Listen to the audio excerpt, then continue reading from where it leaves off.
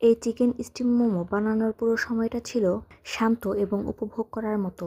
দেখে রাখুন, শুধু ময়দা আর চিকেন দিয়ে এত নরম আর জুসি মোমো ঘরেই তৈরি করা যায়। বাইরে থেকে আনার দরকার হবে না। প্রথমে একটা পরিষ্কার বাটিতে ময়দা নিয়েছি। এর সাথে পরিমাণ মতো লবণ দিয়েছি। এবার অল্প অল্প করে পানি দিয়ে ধীরে ধীরে মেশাচ্ছি। একেবারে পানি দেইনি, একটু একটু করে দিয়েছি, যাতে ডোটা বেশি শক্ত বা নরম হয়ে না যায়। এখন হাতের তালু দিয়ে চাপ দিয়ে মথছি। এই সময়ে তাড়াহুড়ো করিনি। ধীরে ধীরে মথলে ডোটা স্মুথ হয়। প্রায় ৮ থেকে ১০ মিনিট সময় নিয়ে মথেছি। এখন ডোটা নরম হয়েছে আর হাতেও লাগছে না। এখন এই ডোটাকে একটা গোল আকারে করে নিয়েছি।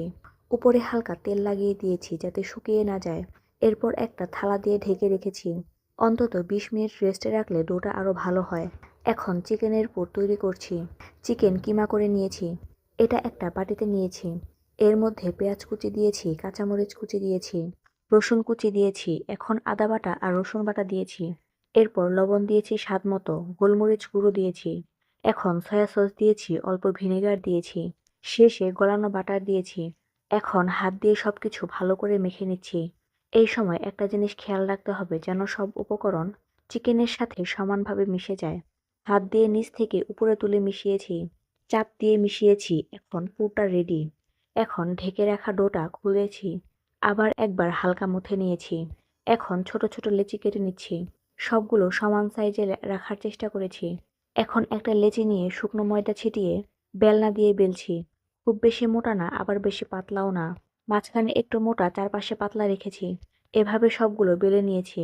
এই ধাপটা ঠিকভাবে করলে মোমো ফাটবে না, আর ভেতরের জুস পুরোটা থাকবে। এখন একটা বেলা লেচি হাতে নিয়েছি। মাঝখানে চিকেনের পুর দিয়েছি, বেশি দেইনি, পরিমাণ মতো দিয়েছি। এখন চারপাশে হালকা পানি লাগিয়েছি, এতে করে মুখ বন্ধ করতে সুবিধা হয়। এখন ধীরে ধীরে ভাঁজ করছি। এক পাশ থেকে আরেক পাশে এনে চাপ দিয়ে বন্ধ করেছি। ডিজাইনটা পরিষ্কার রেখেছি। মুখ পুরোপুরি বন্ধ হয়েছে কিনা দেখে নিয়েছি। এভাবে সবগুলো মোমো বানিয়ে নিয়েছি। এখন একটা পাত্রে পানি বসিয়েছি, পানি গরম হচ্ছে। পাত্রের উপরে একটা জালি বসিয়েছি। এখন জালির উপরে একটা একটা করে মোমো রাখছি। খুব কাছে কাছে রাখিনি, একটু ফাঁকা রেখেছি। ঢাকনা দিয়ে ঢেকে দিয়েছি। এখন স্টিম হচ্ছে। এই সময় ঢাকনা খুলিনি। কয়েক মিনিট পর ঢাকনা খুলে দেখলাম মোমোর কালার হালকা পরিবর্তন হয়েছে। উপরে হালকা চকচকে ভাব এসেছে। এটা মানে মোমো প্রায় রেডি।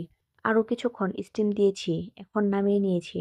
এই নরম টেক্সচার আর ভেতরের জুস দেখলেই বুঝবেন সময় দেওয়াটা একদম সঠিক ছিল। এখন একটা প্লেটে সাজিয়ে নিয়েছি। উপরে হালকা গলানো বাটার ব্রাশ করেছি। এখন টমেটো কেচাপ পাশে দিয়েছি। মোমোটা হাতে নিয়ে দেখলে বোঝা যায় কভারটা নরম হয়েছে। ভেতরের পুর ঠিকভাবে রান্না হয়েছে। কোনো জায়গা শুকনো না, সবকিছু ব্যালেন্সড। এভাবেই শান্তভাবে ধাপে ধাপে বানালে চিকেন স্টিম মোমো সবসময় পারফেক্ট হয়।